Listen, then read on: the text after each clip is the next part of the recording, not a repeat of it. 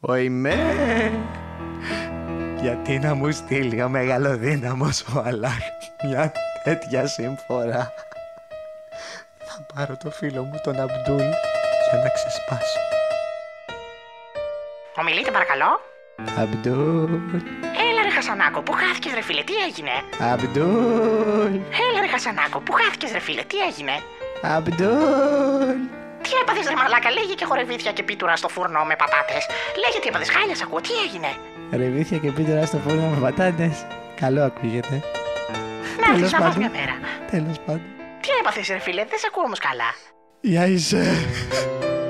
Η Αϊσέ, ναι, η γυναίκα σου, το ξέρω αυτό, ναι, παρακάτω. Η Αϊσέ μου βάλε κέρατο. Σε ποιον ρε μαλάκα, σε σένα βάλε καιρό το Αϊσέ? Σε Όχι. μένα. Όχι ρε μαλάκα, τι λες ρε, με ποιον? Με ποιον? Τι με ποιον εκείνο το βακύρι 99 χρονών στο βουνό απάνω. Ποιον ρε, αυτό που δεν έχει πει ότι είμαι κατσίκα? Αυτό ήταν ρε γαμότο. Όχι ρε φίλε, τι συμφορά. Και δεν μου λες τώρα που χωράς να μπεις στη σπηλιά με το κρυμμένο φαγητό που έχουμε? Σταμάτα μωρέ την πλάκα. Και με χάλια. Τι έγινε ρε φίλε, για Εγώ πες. φταίω, Αμπτούλ, εγώ φταίω. Όχι ρε φίλε, δεν φταίς εσύ, είσαι άντρας. Έχεις το μέρος με το μέρος σου.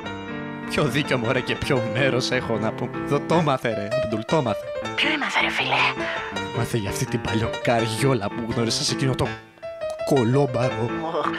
Μα τον τάφο του Χαμουραμπή. Μα ποιος σε κάρφωσε, δεν μπορώ να καταλάβω δηλαδή.